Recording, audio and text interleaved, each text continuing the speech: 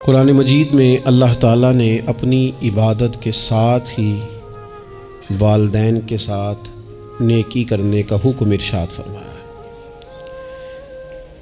کئی جگہوں پہ قرآن مجید میں ارشاد فرمایا، سورہ بقرہ میں پہلے پارے میں فرمایا اللہ کے علاوہ کسی کی عبادت نہ کرو اور اپنے والدین کے ساتھ احسان کرو۔ والدین انسان کے لیے کتنا بڑا درجہ رکھتے ہیں، کیا ان کے ساتھ تعلق رکھنا، ان کی خدمت کرنا، ان کے ساتھ اچھے طریقے سے پیش آنا یہ ایک معاشرتی ضرورت ہے؟ کیا یہ ایک خاندانی تقاضا ہے یا اچھے اخلاق والے ہونے کی علامت ہے؟ نہیں، بلکہ یہ ایک دینی، روحانی اور ایمانی ضرورت ہے۔ کیوں کہ نبی اکرم نور مجسم صلی اللہ تعالیٰ علیہ وسلم سے جب پوچھا گیا تھا کہ یا رسول اللہ صلی اللہ تعالیٰ علیہ وسلم، ماں باپ کیا ہیں، ماں باپ کے بارے میں کچھ فرمائیے، تو حضور نے فرمایا تمہاری جنت بھی ہیں اور تمہارے لیے دوزخ بھی ہیں۔ اگر تم ان کے حقوق اچھے طریقے سے ادا کرنے میں کامیاب ہو جاتے ہو، اگر تم ان کے ساتھ اخلاق عالیہ کا رویہ رکھنے میں کامیاب ہو جاتے ہو، اگر تم ان کے ساتھ محبت کا سلوک کرتے ہو، ان کو خوش کرنے میں کامیاب ہو جاتے ہو، شریعت اسلامیہ نے جو ان کے حقوق متعین کیے اگر وہ تم ادا کر لیتے ہو تو تمہارے لیے جنت ہے، اور اگر تم ان حقوق کو ادا کرنے میں ناکام رہتے ہو تو پھر تمہارے لیے دوزخ ہے۔ تو یہ ایک دینی، روحانی، ایمانی ضرورت ہے، اس کا ہمیں احساس ہونا چاہیے۔ ظاہر ہے ہم انسان ہیں اور والدین بھی انسان ہیں، ایسا نہیں ہو سکتا کہ ان کا رویہ ہمیشہ ہی ٹھیک ہو۔ یہ کیسے ممکن ہے کہ وہ کبھی خطا نہ کریں؟ یہ کیسے ہو سکتا ہے کہ کبھی ان کے رویے میں ترش روئی نہ آئے، وہ کبھی تلخ نہ بولیں؟ یہ بھی بہت ساری جگہوں پہ دیکھا گیا ہے، اور یہ 100% حقیقت ہے کہ بعض مقامات پر والدین انصاف بھی نہیں کر پاتے۔ لیکن ایک مسلمان بیٹے کو کیا حکم دیا گیا ہے، اور اس سے شریعت نے یہ مطالبہ کیا ہے کہ والدین کا جو معاملہ ہے، ان کا جو رویہ ہے، اس کے لیے وہ رب کی بارگاہ میں جواب دہ ہیں۔ ساری عدالتیں دنیا میں تو نہیں نہ لگنی، ایک عدالت صبح قیامت بھی تو قائم ہوگی۔ اگر وہ کہیں کسی مقام پر، کہیں جگہ پر وہ کسی غلطی کا شکار ہیں تو عند اللہ جواب دیں گے۔ ہم کیا کریں؟ تو حضور علیہ الصلوۃ والسلام نے فرمایا اگر تمہارے ماں باپ تم پر ظلم بھی کریں تو تم نے پھر بھی نیکی کرنی ہے، تمہارے رویے سے خیر ہی پھوٹنی چاہیے، تمہارے لب و لہجے سے ان کے لیے ہمیشہ خوبصورت رائے کا اظہار ہی ہونا چاہیے، تمہارے بازو ان کے لیے ہمیشہ کھلے رہنے چاہیے، اور تمہیں ان کے معاملے میں ہمیشہ اپنے رب کو جواب دینے کا تصور قائم رکھنا چاہیے، تمہارے اندر کہیں کمزوری نہ آئے۔ میں آپ سے عرض کروں، نبی پاک علیہ السلام نے فرمایا کسی جرم کی سزا اللہ تعالیٰ دنیا میں نہیں دیتا اتنی جلدی۔ بہت ساری سزائیں رب نے روک دی ہیں، قیامت کو دی جائیں گی۔ اللہ تعالیٰ سب سزاؤں سے ہمیں محفوظ فرمائے، لیکن فرمایا والدین کی نافرمانی ایسا جرم ہے جس کی دنیا میں بھی سزا ملتی ہے، دنیا میں یہ طے ہے۔ حضور علیہ الصلوۃ والسلام نے کبھی کسی شخص کے لیے دعائے ضرر نہیں کی۔ حضور نے تو کبھی یہ بھی نہیں کہا، جو پتھر مار رہے تھے کہ یہ تباہ ہو جائیں، برباد ہو جائیں، ان کی ناک خاک آلود ہو جائے، لیکن سیڑھیاں چڑھتے ہوئے جو مشہور حدیث ہے، محبوب نے آمین کہا، اور پھر حضرت جبریل نے جب 3 لوگ بتائے تو ان میں ایک بندہ وہ تھا، حضرت جبریل امین عرض کرنے لگے یا رسول اللہ صلی اللہ تعالیٰ علیہ وسلم، جس نے اپنے ماں باپ دونوں یا کسی ایک کو بڑھاپے میں پایا اور پھر ان کی خدمت کر کے جنت حاصل نہ کر سکا، اس کی ناک خاک آلود ہو جائے، تو حضور فرماتے ہیں میں نے بھی کہا آمین، ہو جائے، اسے ہو ہی جانا چاہیے۔ یہ شخص اس طرح کا ہے کہ اسے خاک آلود ہو ہی جانا چاہیے۔ میرے نبی اکرم صلی اللہ تعالیٰ علیہ وسلم سے ایک شخص نے یہ عرض کیا تھا کہ یا رسول اللہ صلی اللہ تعالیٰ علیہ وسلم، میں نے نہ تیز دھوپ میں جلتی اور تپتی ہوئی زمین پر کئی میل کا سفر اپنی ماں کو اٹھا کے اس طرح کیا ہے کہ میرے پیروں میں جوتے نہیں تھے۔ اس پوری بات کو پھر سے آپ سمجھے بھلا میں نے کیا کہا۔ یعنی گرم زمین پر گرمیوں میں چلنا ایک انتہائی مشکل کام ہے، اور پھر گرمی اگر عرب شریف کی ہو اور صحرائی علاقہ ہو، اور پھر آپ نے ایک شخص کو بھی کندھوں پر اٹھایا ہوا ہو۔ یا رسول اللہ صلی اللہ تعالیٰ علیہ وسلم، گرم موسم میں گرم ریت پر ننگے پاؤں ماں کو اٹھا کر میں نے میلوں کا سفر کیا ہے۔ خدا را میری بات کو تقریر نہ سمجھنا، یہ ایک غلام نے اپنے نبی سے سوال کیا ہے۔ اس سوال کی لذت کو محسوس کریں اور پھر جواب کا حسن ملاحظہ کریں۔ عرض کی حضور، بڑا میں نے سنا ہے کہ ماں باپ کی خدمت کا حق ادا کرنا چاہیے، تو وہ میں کوئی حق ادا کر سکا ہوں، کوئی خدمت کر سکا ہوں؟ اس نے کہا میں نے میلوں ننگے پاؤں تپتی زمین پر صحرا میں سفر کیا ہے۔ تو محبوب کریم نے بھی اسے سبق یاد کرایا۔ اس نے اپنی طرف سے خدمت بتائی تھی تو حضور نے ماں کی شفقت بتائی۔ فرمایا جب تو پیدا ہوا تھا تو تیری ماں کو درد کے جھٹکے آئے تھے، وہ جو جھٹکے آئے تھے نا، ان جھٹکوں میں سے اب یہ ایک جھٹکے کا بھی تو حق ادا نہیں کر سکا۔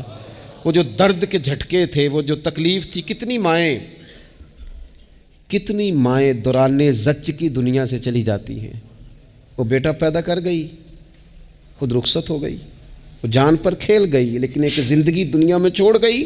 لیکن کیا کبھی ایسا ہوا ہے کہ کسی ماں نے کہیں کھڑے ہو کے کہا ہو کہ اوہو میں نے بڑا کام کیا ہے، میں نے بڑی خدمت کی ہے، میں نے یہ کیا ہے، میں نے یہ اعزاز دیا ہے؟ لیکن بچے تھوڑا سا کر کے نا، آپ نے ناراض نہیں ہونا، میں نے اپنے کانوں سے یہ باتیں سنی ہیں کہ جی الحمدللہ میں نے ابا جی کو حج کرایا ہے، شکر ہے اللہ کا جی، ابا جی میرے پاس ہی تھے جی، باقی بھائیوں کے پاس نہیں تھے۔ تو ابا جی کس کے تھے؟ پڑوسی نے حج کرانا تھا، آپ کے پاس تھے نا، تو آپ کے والد ہی تھے نا۔ آپ نے یہ 20 مرتبہ بتایا ہے کہ والد کی میں خدمت کرتا ہوں، میرے پاس رہتا، یہ بھی بتاؤ کہ ابا نے مجھے حصہ کتنا دیا ہے۔ ساتھ یہ بھی بیان کرو کہ صرف ابا ہی میرے پاس نہیں رہتا، میں نے بھی ساری زندگی باپ کے پاس ہی گزاری ہے۔ اس نے بھی کبھی کہا تھا چاروں میرے پاس ہوتے ہیں، پانچوں میں نے رکھے ہوئے ہیں۔ کیا مذاق ہے، کتنی چھوٹی سوچ ہے۔ اپنے والدین کے ساتھ بڑا رویہ عمدہ کیا جائے، کبھی نہ الجھنا۔ خبردار، ایک مقام پر ماں باپ کی نافرمانی کی جا سکتی ہے، وہ کب؟ جب وہ آپ کو دین کے مخالف چلنے کا کہیں، جب رب رسول کی مخالفت کا معاذ اللہ کہیں، اور مسلمان والدین یہ کبھی کہہ سکتے نہیں۔ باقی ہر کام میں ان کی فرما برداری ہے، ان کی خدمت ہے، ہر جائز کام میں ان کی بات کو تسلیم کرنا ہے۔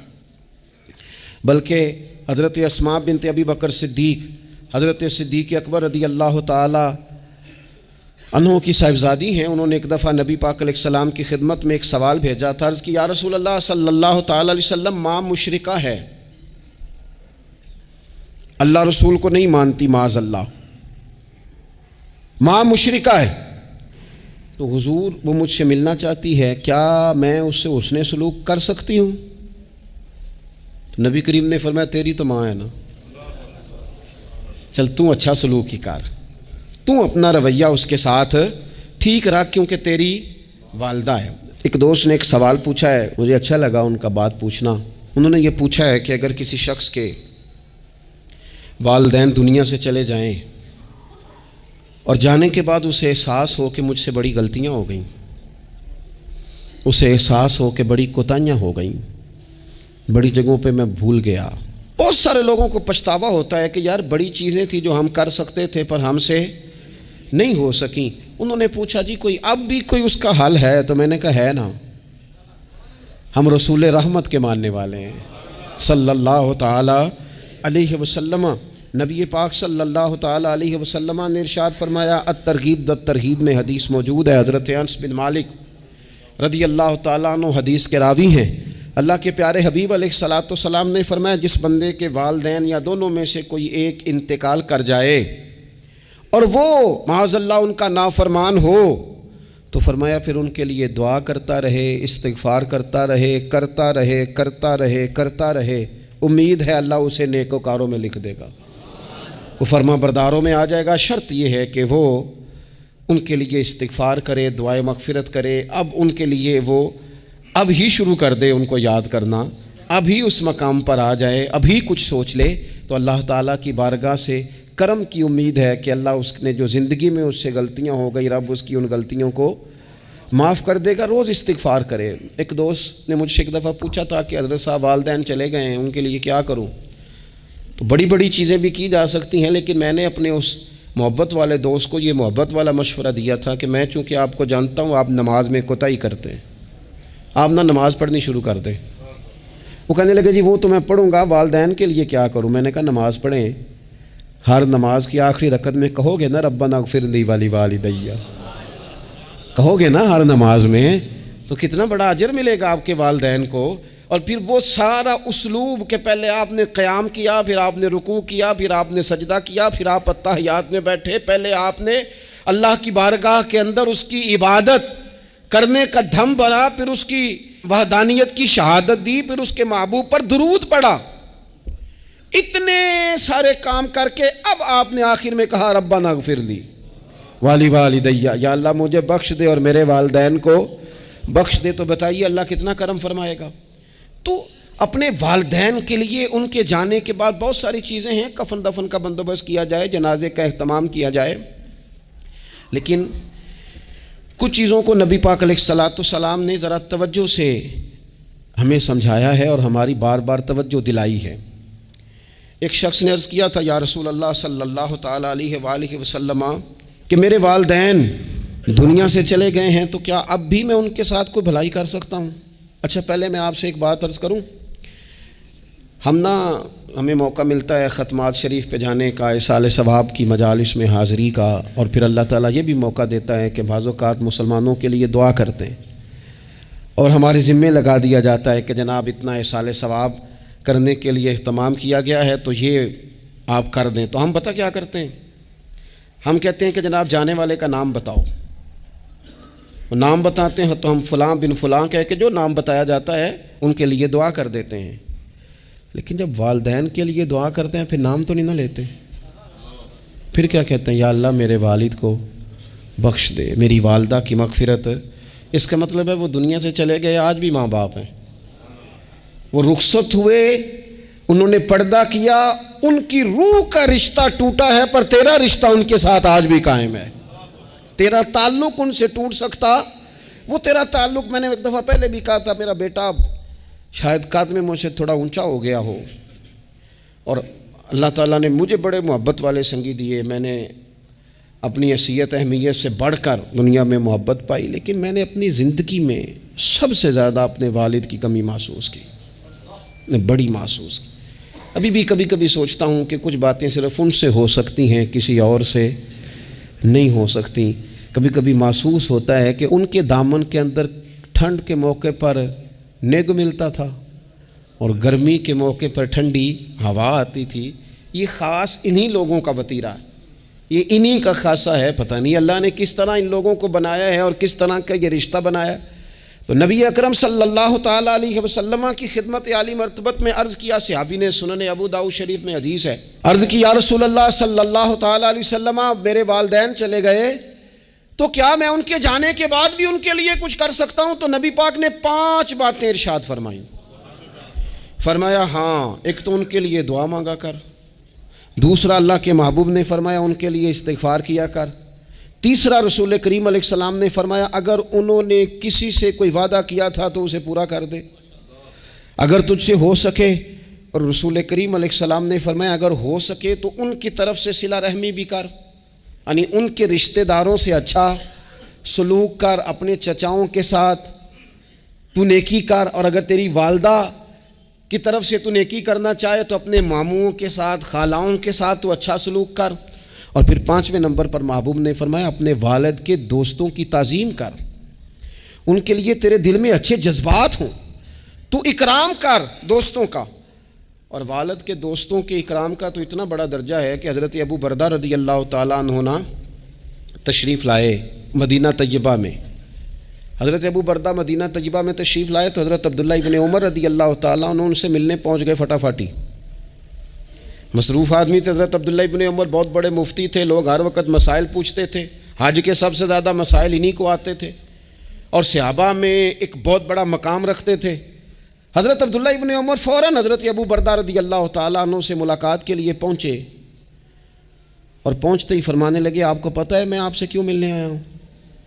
حضرت ابو بردہ کہنے لگے میں تو خود بڑا حیران ہوں کہ آپ ایک مصروف آدمی اور آپ ٹائم نکال کر کے میرے پاس تشریف لائے۔ فرمانے لگے اس لیے آیا ہوں کہ میرے والد آپ کے والد کے دوست تھے، حضرت فاروق اعظم کے دوست تھے آپ کے والد، اور یہ صحیح ابن حبان میں یہ لفظ موجود ہیں۔ حضرت سیدنا عبداللہ ابن عمر رضی اللہ تعالیٰ عنہ فرمانے لگے نبی پاک علیہ السلام نے فرمایا ہے کہ جو اپنے والد کی قبر میں ان سے اچھا سلوک کرنا چاہے وہ والد کے دوستوں کے ساتھ اچھا سلوک کرے، وہ اس رویے کو، اس محبت کو قائم کرے، اس چیز پر خاص اہتمام کرے، خاص ذوق دے۔ ہمارے ہاں نا جی ہم جلدی سے مصروف ہو جاتے ہیں اور اپنے دوستوں کو زیادہ ٹائم دیتے ہیں، اپنا آنا جانا، اپنا اٹھنا بیٹھنا، اپنے شب و روز ان میں ہم زیادہ وقت گزارتے ہیں۔ کرنے کا کام یہ ہے کہ تھوڑا ٹائم نکال کے، تھوڑی فرصت دیکھ کر اس پر تھوڑی توجہ دی جائے۔ اسی طرح معروف روایت سیاستہ میں موجود ہے، حضرت مالک بن دار کہتے ہیں کہ میں حضرت عبداللہ ابن عمر کے ساتھ جا رہا تھا تو میں نے دیکھا ایک بدو ننگے پاؤں اور ننگے سر آ رہے ہیں۔ حضرت عبداللہ ابن عمر نے فٹافٹ انہیں اپنی سواری بھی دے دی، سیاستہ سے حدیث عرض کر رہا ہوں، سواری بھی دے دی اور پگڑی بھی دے دی۔ فرماتے میں نے عرض کی حضرت عبداللہ ابن عمر سے کہ حضور یہ بدو ہیں، یہ تو تھوڑے سے نذرانے پہ بھی خوش ہو جاتے، آپ کوئی عام معمولی سا تحفہ بھی دیتے تو راضی ہو جاتے، اور آپ نے پگڑی بھی دے دی اور گھوڑا بھی دے دیا۔ حضرت عبداللہ ابن عمر کہنے لگے یہ کوئی عام آدمی نہیں، یہ میرے والد کے دوست ہیں، اور والد کے دوستوں سے محبت کرنا یہ ہمیں رسول رحمت نے سکھایا ہے، کیونکہ اصلاں نال جے نیکی کریے تو نسلاں تاک نہیں بھول دے۔ محبتوں کو قائم رکھنا، ان کو دوام دینا۔ ہمارا تو چچا کے ساتھ سلوک نہیں رہتا، توجہ نہیں رہتی۔ ہم نے اصالِ ثواب کا جو مفہوم بنا لیا ہے وہ بڑا گڑبڑ ہے۔ اگر تو کسی کے پاس بہت زیادہ پیسے ہوتے ہیں تو وہ اصالِ ثواب کی محفل ویسے ہی ایک سیاسی اجتماع بن جاتی ہے، اور جو عام لوگ ہیں ان کا زور کہیں نہیں چلتا تو چلو مسجد میں تو چلتا ہی ہے نا، وہ آ کے کہتے ہیں مولوی صاحب کو کہ بچے بھیج دیں اور پورا قرآن پاک پڑھانا ہے ہم نے۔ بھئی نبی پاک علیہ السلام نے تو فرمایا جتنی دیر دل جمے اتنی دیر پڑھو، آپ نے کیوں پابند کیا پورا پڑھنے کا؟ اور پھر اللہ تبارک و تعالیٰ اگر معاف فرمانے پہ آئے، وہ تو پتر بسم اللہ بھی پڑھے تو اللہ باپ کو معاف فرما دیتا ہے۔ شرط یہ ہے کہ خلوص ہو، وہاں تو معیار دیکھا جاتا ہے، مقدار تھوڑی دیکھی جائے۔ تو اصالِ ثواب تو یہ ہے کہ آپ ضرورت دیکھیں کس چیز کی ہے۔ ہمارے ہاں منوں کے حساب سے کھانے پک جاتے ہیں، بڑی بڑی لمبی دعوتیں ہوتی ہیں، بڑا کچھ ہوتا ہے، لیکن جو ضرورت ہوتی ہے، ضرورت کو ہم نہیں دیکھتے۔ اگر آپ کوئی اور کام ضرورت کا کرا دیں نا، کروڑوں روپیہ آپ نے لگا دیا ختمات پہ اور فلاں پہ، اور جس قبرستان میں آپ نے والد کو دفن کیا اس میں تو غریبوں کے لیے مزید جگہ ہی نہیں دفن کرنے کی، تو یہ اچھا اصالِ ثواب نہیں تھا کہ قبرستان کی جگہ بڑھائی جاتی؟ یہ اچھا اصالِ ثواب نہیں تھا کہ مسجد کا ماحول دیکھا جاتا، علاقے کے غرباء پر نظر کی جاتی؟ وہ لوگ جو بیچارے قرض کے نیچے آ کے پوری طرح دب گئے ہیں، نفسیاتی مریض ہو گئے، ان غریبوں کو دیکھا جاتا، یہ اصالِ ثواب نہیں تھا؟ لیکن آپ کو ایک بات عرض کروں، یہ اللہ والوں کے مزارات ہیں، ان پر ضرور جانا چاہیے، لیکن ایک بات یاد رکھنا، ہر بیٹے کے لیے اس کے باپ کی قبر مزار ہے، ہر بیٹے کے لیے اس کی ماں کی قبر مزار ہے، اس پر بھی حاضری دو، حاضری کا مزاج بناؤ، یہاں جا کر کے نا حاضری دے کے آؤ۔ میں قبرستان سے نکل رہا تھا تو ایک دوست نے مجھے کہا کہاں ہیں؟ میں نے کہا میں اپنے والد صاحب کی قبر پہ حاضری دے کے آ رہا ہوں۔ کہنے لگے ان کا مزار کہاں ہے؟ میں نے کہا وہ آپ کے لیے تو کوئی روایتی مزار نہیں ہے، وہ میرے لیے مزار ہے، کیونکہ میرے والد ہیں نا، وہ راضی ہوں گے تو رب راضی ہوگا۔ والدہ کے لیے نبی پاک نے فرمایا اس کے پیروں کے نیچے جنت ہے، تو جس کے پیروں کے نیچے تیری جنت ہے، بتا اس کی قبر تیرے لیے مزار نہیں؟ اس کی قبر تیرے لیے باعث فیوز و برکات نہیں؟ تو نبی پاک صلی اللہ علیہ وسلم نے فرمایا ایک روایت میں، جو ہر جمعے والے دن اپنے والدین کی قبر پہ جائے گا، اللہ تبارک و تعالیٰ جانے والے کی بھی بخشش فرما دے گا۔ تھوڑا سا نا مخصوص سا ٹائم نکالیں، کچھ تھوڑا سا ارادہ کریں، حاضری کا پروگرام بنائیں۔